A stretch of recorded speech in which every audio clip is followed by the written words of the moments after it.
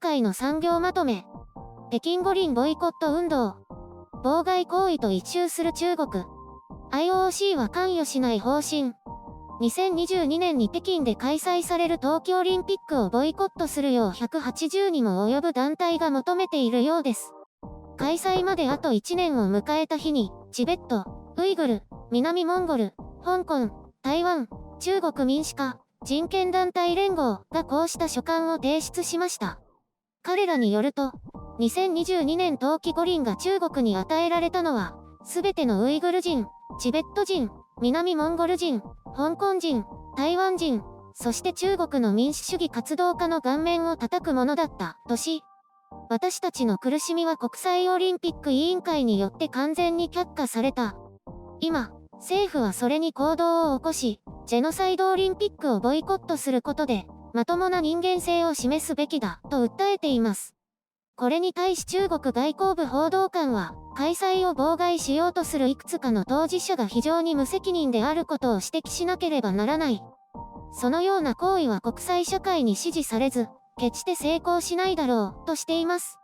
中国政府は相変わらずこうしたグループやそれを支持する団体を無秩序な集団だとしています。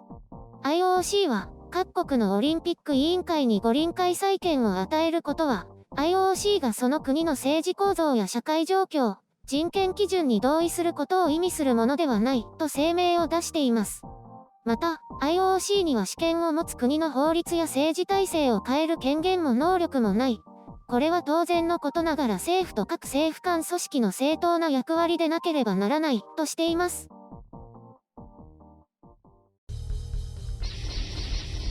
編集書簡。今回の概要。五輪とボイコット。北京五輪で行われそうなプロパガンダ。ボイコットすれば制裁。私はいわゆる五輪ファンでも何でもないし、IOC みたいな巨大な利権団体をよく思わないので、五輪自体はなくなっても良いと思っています。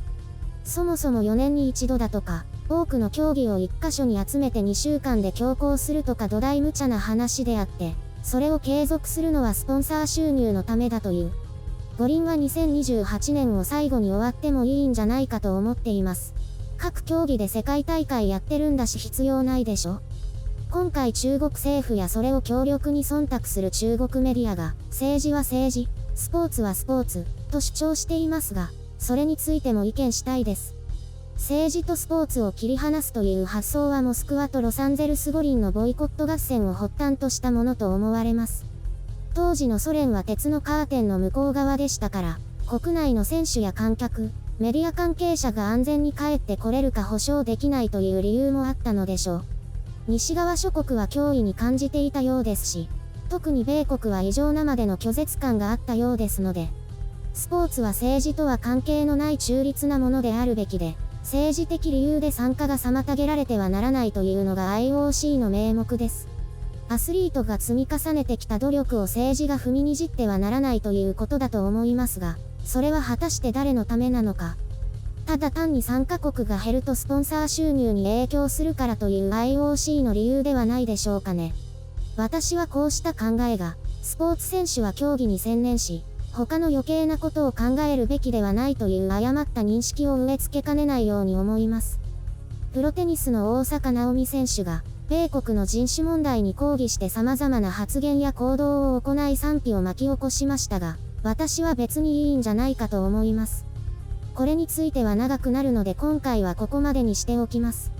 五輪に話を戻して、五輪が平和のためのスポーツの祭典であるならば、各地で民族独立や人権を求めるデモが勃発する中国はふさわしくないと思います。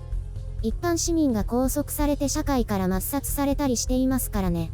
単なる抗議デモの多い国ではないわけです。IOC としては、特に冬季は開催候補がなくて困ってるし、開催されなければ収入も得られなくなってしまう。よく言えばスポーツ振興の歯車が狂う。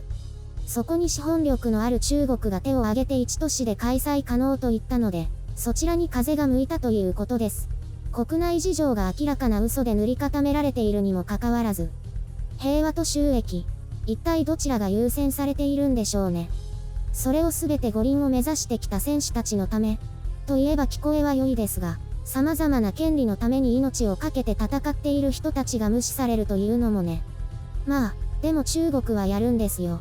無理やりウイグルやモンゴル、チベット出身の代表選手を仕立て上げて、一つの中国アピールとかを。また気持ちの悪い開会式やりますよ。ヘドが出ますね。鳥肌が立ちますよ。スポーツは語源の通り、娯楽から生まれたものです。それがビジネス化して今や職業ともなっていますが、本質は平和な状態がなければ成り立たないです。遠目から見れば中国は平穏かもしれませんが、IOC がそれを鵜呑みにしてのうのうとこんな大会を開くというのもどうかと思います。それを言うとロシアのソチ五輪も同じか。もう一つ気になるのは中国政府忖度メディアの主張。これがまたひどい。中国はスポーツと経済の大国であり、政治的な影響力も大きくなっている。もし過激派勢力に煽られて北京五輪をボイコットするような具体的な行動をとる国があれば、中国は間違いなく猛烈な報復をするだろう。中国は確かにそのための資源と手段を持っている。これは環球時報英語版グローバルタイムズの社評ですが、何この脅し文句。これが開催にふさわしい国なんでしょうかね。これこそスポーツと政治を混同していると言えるのではないでしょうか。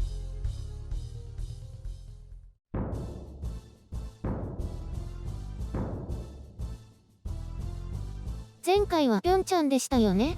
近くでやるんですね。他の開催地は一都市単独開催が難しいとか、財政上の懸念があったとかで落選したようですね。北京の次はどこ？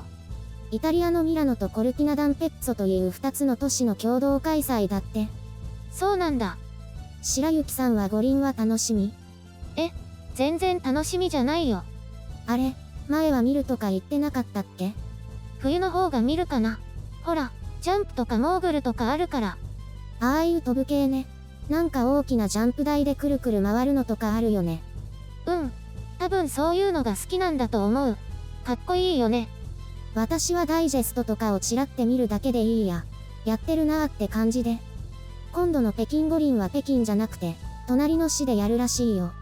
そうなんだ。でも東京ディズニーランドも東京じゃないしね。まあね。中国も北京で夏冬両方やったって宣伝したいだけなんだろうね。実際行われる都市の名前、誰も知らないし。東京ディズニーランドは浦安。あ、そうだね。成人式のニュースでやってるもんね。北京五輪は米国が新疆の状況をジェノサイドと認定したから、ネットではジェノサイドオリンピックなんて呼ばれ始めたよ。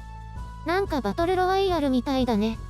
まあ、結局としてはつつがなく行われると思うけどね。ある意味中国の政治ショーに使われるね。でもボイコットとかないよね。状況によるね。米中の対立が深まれば米国はボイコットするかもしれないし、賛同する国も出てくるかもしれない。日本はしないでしょ？しないだろうね。よっぽど米国が圧力をかけてこない限り。じゃあよっぽど圧力かけてきたらボイコットするってこと？それでもしないかな。まあ日本は日本で決めればいい。でも、真の問題は情報公開が少なすぎて真実が見えてこないこと。これも中国政府の責任なんだけどね。やっぱり都合が悪いから？そうだと思うよ。情報公開にはかなりの及び腰だからね。あの人たちは。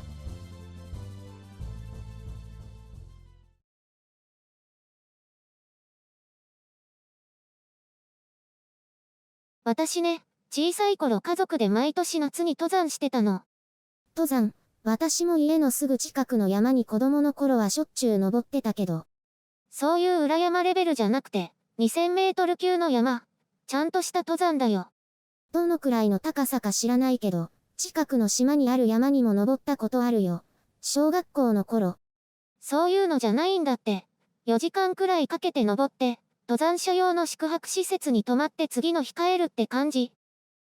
小さい頃に？小学校から中学生の時まで毎年行ってたなぁ。大変そうだね。すれ違う人がみんな、こんにちは、って挨拶してくれるの。なんか懐かしい。ご先祖様のお墓がある山もそんな感じだったよ。だからそういう小さい山じゃないんだって。そんなすごそうな山、小学生でも登れるんだ。大変じゃない？いや、山道を歩くの楽しかったよ。でもね、ある年の夏にいつもと同じ山に登った時にね、突然大雨が降ってきて登山道に雨水が流れ始めたの。それがだんだん川になってきて、泥水の激流になったの。父親に、その岩に捕まってろ、とか言われて必死で流されないように岩にしがみついてた。中学生にして死ぬかもって思ったよ。それ本当に死ぬパターンってこと？そう。登山慣れしている両親もさすがに恐怖を覚えたらしく、その年以降、夏が来ても登山の話はなくなったよ。下手したらニュースだよね。捜索隊出たりして。でね、私が社会人になってから、会社の登山好きな人たちと一緒に富士山にも登ったんだよ。私は近寄ったこともないよ。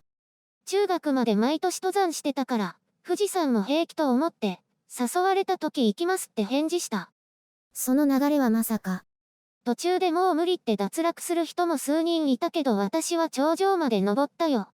なんだ、高山病で苦しんだりとかかと思った。でも昔登っていた山とはなんか違ったなぁ。頂上が最初から見えているのに、何時間歩いてもつかないの。草木もない砂利道をずっと歩く感じ。富士山って岩山っぽいってこと？そう。それでね、ここからが大変。頂上について、はいポーズって記念写真撮った後、急に頭痛と吐き気がすごくて、どうやら高山病になったみたいだったの。やっぱりなってるじゃん。周りの人に荷物全部持ってもらって、フラフラになって降りてきたんだけど、これもまた死ぬんじゃないかと思ったよ。余裕ぶって素人丸出しだったわけね。なんか厳しいなぁ。とにかく山登りは命がけ。甘く見たら痛い目に遭うよ。大丈夫。私は行かないから。